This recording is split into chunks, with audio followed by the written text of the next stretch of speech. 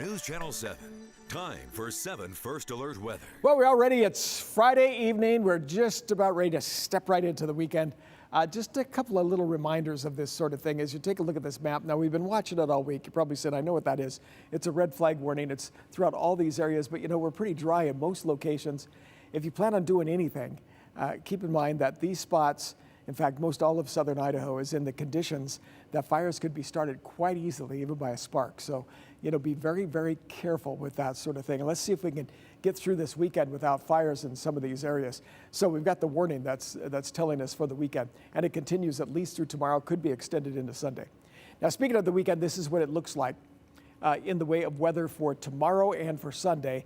And, you know, today we had 98, so it's a pretty good possibility of hitting 100 degrees for tomorrow and at least 96, 97 degrees for Sunday. We're going to have a few clouds through here. In fact, in the future class, it shows clouds but no precipitation. And we've only had a trace of rain this month. That's it. But we've had 6 months with no rain at all in the averages over the last 100 years. So we're not even in the top 6 with the trace. And it's not unusual to have just a trace for the month of July.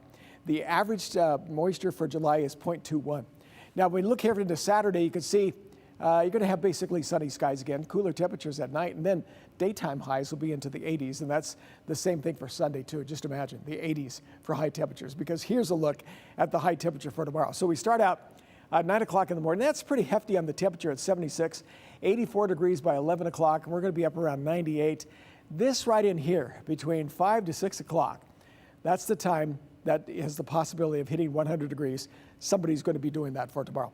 Now, I mentioned the clouds throughout the day. So here's for tonight. It's going to be basically a clear evening. But for tomorrow, there are all those clouds that are coming through.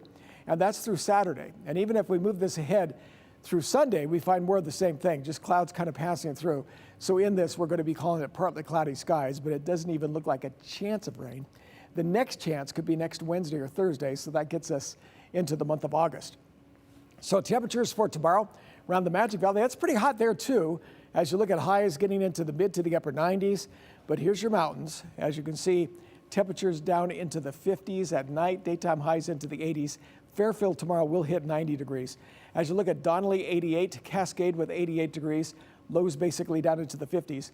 Down here throughout the Southwest Valley, there are your low temperatures. It's cooling off just a bit, but then for tomorrow, we have a pretty good chance of hitting nearly 80 degrees, so those temperatures are going to be heating up quite quickly as we get to mid to late morning. So the 7-day forecast, there's your 100 possible for tomorrow, 99 for Sunday, so it gets pretty close there. In fact, when you look at the next 4 days, it doesn't make any difference. They're all pretty close.